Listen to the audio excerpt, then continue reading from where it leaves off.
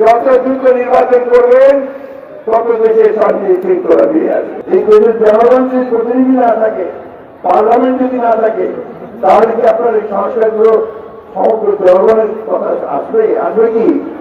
আসবে না। কিন্তু দ্রুত নির্বাচন দিন।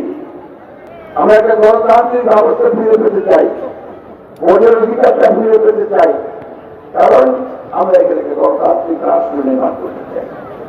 নাম করে মানুষের যে অধিকার, সেই অধিকারগুলোকে পিছিয়ে দেওয়া, মানুষ কিন্তু অন্য কিছু গন্ধ পায়। আমাদের বুঝছে যে আপনি এত নির্বাচন করেন কেন? আগে সংস্কারগুলো হতে দেন না। যে সংস্কারগুলো তারা করবে, এই দেশে জনগণ করবে, তাই না? এই দেশের জনগণ যদি প্রতিনিধি না থাকে, পার্লামেন্ট যদি না থাকে, তাহলে কি আপনার এই সংস্কারগুলো সমগ্র জনগণের কথা আসবে? আসবে কি? আসবে না।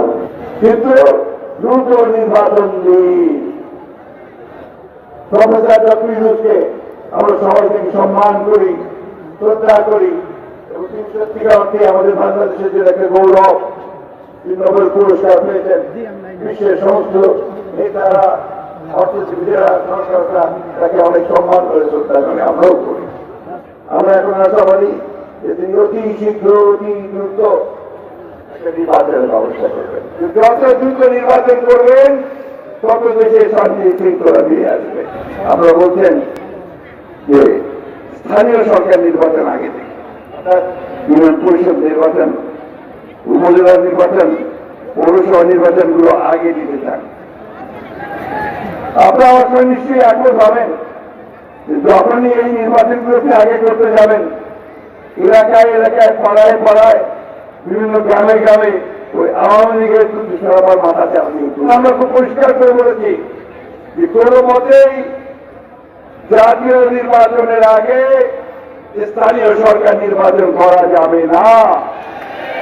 আজকে এই সময় আমি প্রকাশ্য ঘোষণা দিতে চাই, এই দেশের মানুষ তা মেনে নেবে না, কখনোই মেনে নেবে না।